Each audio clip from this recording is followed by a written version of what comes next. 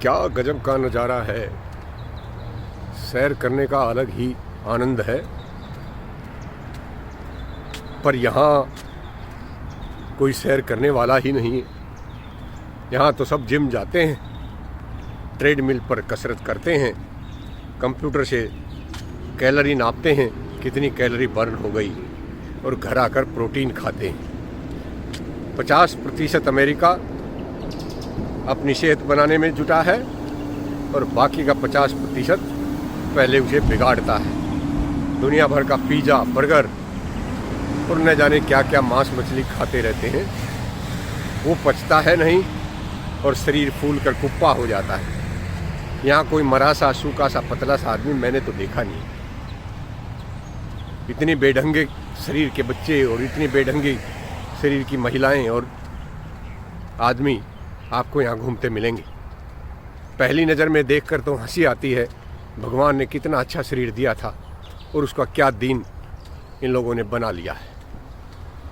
बहुत सारी सुविधाएं और पैसा होने का अर्थ ये बिल्कुल नहीं है कि हम उसमें इतने ज़्यादा खो जाएं कि अपने शरीर का ही ध्यान न रखें।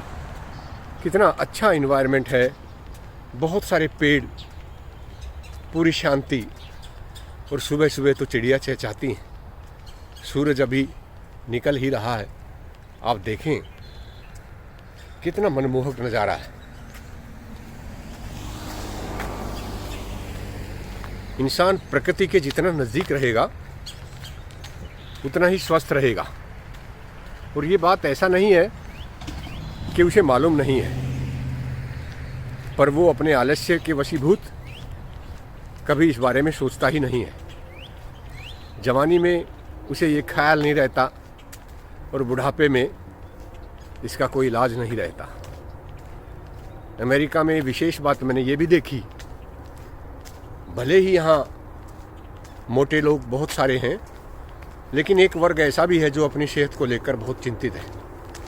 और यही कारण है कि यहाँ पर क्रॉसफील्ड, जिम और दूसरे इस तरह के पार्क जहाँ पर ये लोग योगा वगैरह भी करते हैं। अपनी सेहत का ध्यान रखना सबसे ज़्यादा ज़रूरी मुझे लगता है। अगर सेहत में ही हमारी में कोई कमी आ जाती है तो बाकी सारी की सारी सुविधाएं धरी की धरी रह जाती हैं। यहाँ जो जितना ज़्यादा अमीर है उतनी ही सुविधाओं से संपन्न है।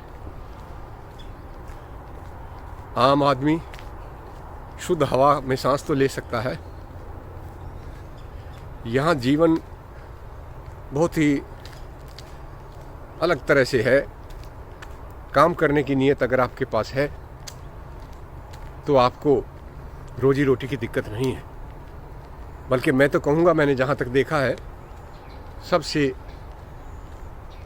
महंगा यहाँ लेबर का काम है। आपके घर में कोई नल खराब हो गया तो उसके लिए जो मिस्त्री आएगा वो अपनी गाड़ी में बैठकर आता है और वो जैसे ही घर में घुसता है उसी वक्त उसकी घड़ी चालू हो जाती है और कितनी देर उसने काम किया उस अनुसार आपसे पैसा वसूलता है। साथ में अपनी दुकान से आपके घर तक आने जाने का खर्चा अलग से उसे चाहिए। कहने का अर्थ ये है, आपको काम आना चाहिए, फिर आपके लिए कोई दिक्कत नहीं है। आप कितना भी अच्छा यहाँ कमाकर खा सकते हैं। अपने देश में बहुत सारे युवा इस तरह की नीयत रखते हैं कि चलो अमेरिका का वीज़ा मिल जाए या किसी तरह से हम ऑस्ट्रेलिया, कनाडा और दूसरी किसी जगह पर चले जाएं ताकि वहाँ हम कमा कर खा सकें, बहुत मोटा पैसा बना सकें। अरे भाई, काम करने की नीयत हो तो हर जगह ही मोटा पैसा बन सकता है। भगवान ने हाथ, पैर, दिमाग सब कुछ तो दिया है हमें, फिर दूसरे देश में भागने की ज़रूरत क्या है। और मेरे भाई, अमेरिका आना ही है तो अच्छी सी पढ़ाई करो, आईटी सेक्टर में आइए, डॉक्टर इंजीनियर बनकर आइए, तब तो कोई फ़ायदा है। लेकिन दूसरी तरफ ये भी एक गलत बात है, हम सारी शिक्षा भारत सरकार के पैसे से लें और इलाज आके यहाँ अमेरिका के अमीर लोगों का करें। ये भी तो गलत बात है। इस देश में किसी गलत तरीके से अगर आप घुस गए तो जीना दुभर हो जाएगा। यहाँ किसी तरह का भी कोई हेर फेर नहीं है। एक बार गिरफ्त में आए तो जेल के अलावा कोई रास्ता नहीं है। अपने देश में बहुत सारे एजेंट हैं जो उल्टी सीधी झूठ बोलकर और आपको यहाँ भेज तो देंगे, लेकिन जो दुर्गति यहाँ पर आकर होगी उसे मैं एक अलग वीडियो में बताऊंगा। ऐसी गलती आप भूल कर भी ना करें। मुझे नहीं पता दूसरे देशों में क्या है, लेकिन अमेरिका का पक्का पता है। अगर डोंकी वगैरह के तरीके के बारे में आप सोच रहे हैं तो समझ लीजिए आपके बुरे दिन आने वाले हैं। इंडिया में भले ही आप कुछ कर पाएँ या नहीं कर पाएँ, पर यकीनन अमेरिका में इसी गलत तरीके से ना घुसें।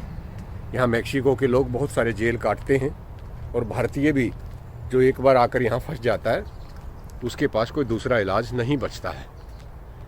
मैं तो यही कहूँगा कि आप आएँ तो पढ़ लिख कर संवैधानिक और कानूनन जो तरीका है बाकायदा उसे वीज़ा वगैरह लगवा के तभी यहाँ आएँ।